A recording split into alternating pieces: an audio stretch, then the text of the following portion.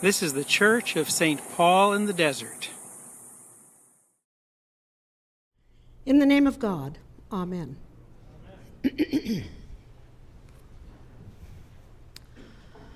Now, in a very Anglican kind of way, or Episcopal kind of way, the second Sunday of Christmas is somewhat an anomaly, conundrum, word, whatever you wish to use. There are three choices for the gospel. The first is the flight to Egypt. Oh, let me think. Refugees in the Middle East seeking safety. Second gospel reading from Luke. 12-year-old boy in the temple. I'm about my Father's business. 12-year-olds of any stripe, male or female. Unique, to say the very least, that they would know what business is, period. Then the third choice is the gospel I read. And it is the Epiphany Gospel, the story of the Magi. So, I've mentioned two, and the third is where I'm going. It's interesting that it is the third choice for this second Sunday. Now, there are not many times when you have a second Sunday of Christmastide, because it all depends on the calendar, and sometimes you get 7 days, sometimes 12 days, but not on a regular basis. It's the secular calendar that determines this. Just saying, when people get upset about such things. But Epiphany.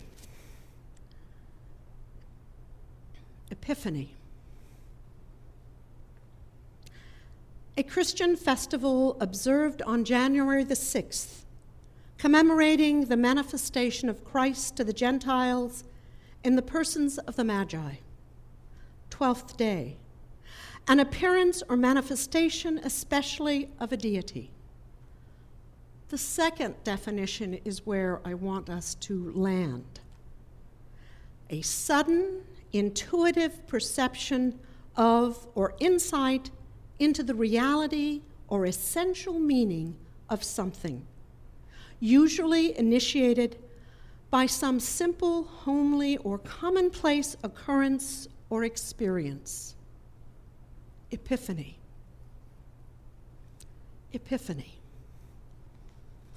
I do have another question for the congregation as you think about Epiphany, because the secular world tends to have a strange perception of Christmastide. We can sing about the 12 days of Christmas, but for some reason they think it's the 12 days before the 24th or the 25th. Those of you who practice your faith and recognize that it's the 12 days after, and if you count to the 6th of January, you find 12 days there. So my next question is, how many of you have taken down your Christmas decorations? Just checking. I am astounded. I see no hands. Oh, one over there? He lives in the Bay Area. We'll leave him there. That's okay. Okay, Carl. The reality is Epiphany.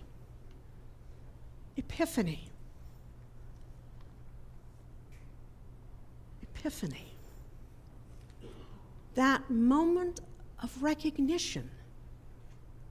That moment when we perceive the reality that has been there more often than not in front of our faces, and we've ignored it or denied it or pretended it really wasn't there, when deep within us we know its presence. That moment of recognition, that perception. Yes, a feast when the Magi arrive. But what are those moments in our own lives?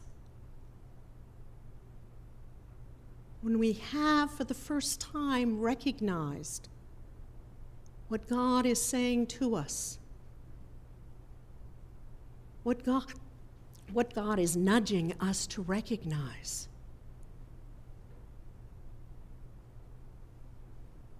Epiphany. Epiphany.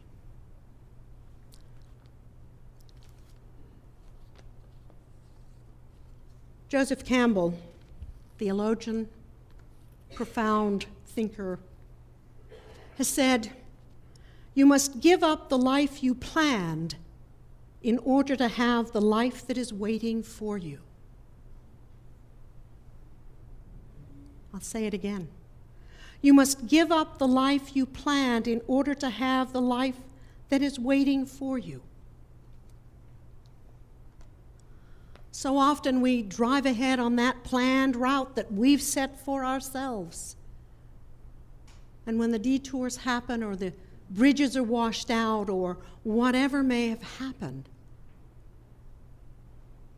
we find it really difficult to see the possibilities, to see what may be there. We begin a new year again.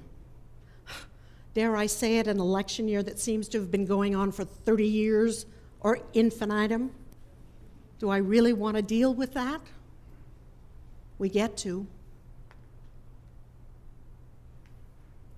Epiphany. Epiphany. What plan does God have for us?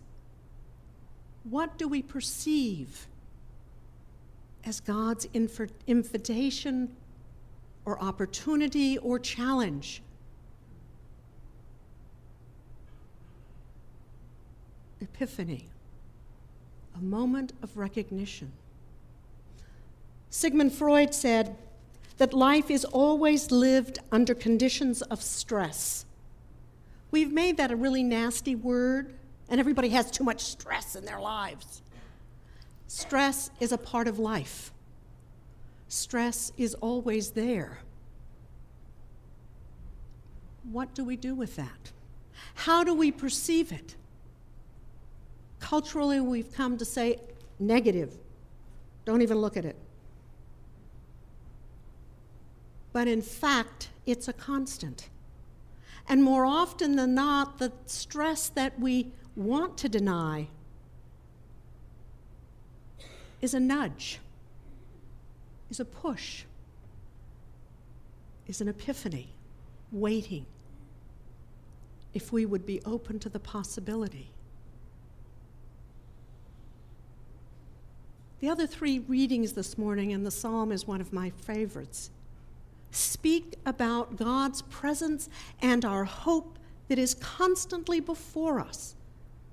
It is not about negativity. It is about God's promise of hope and possibility beyond our imagining, if we're open to it. That one line from Ephesians, that the eyes of our hearts may be opened. What possibilities that offers to us. The good news beyond our ability to comprehend, but offered again and again and again. An epiphany. An epiphany.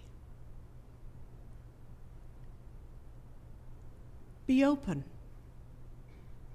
Be open to that moment of epiphany that happens again and again. And whether we recognize the gifts of gold, frankincense, and myrrh, which speak of his kingship and his death and his worship, it is about moments of epiphany. Amen.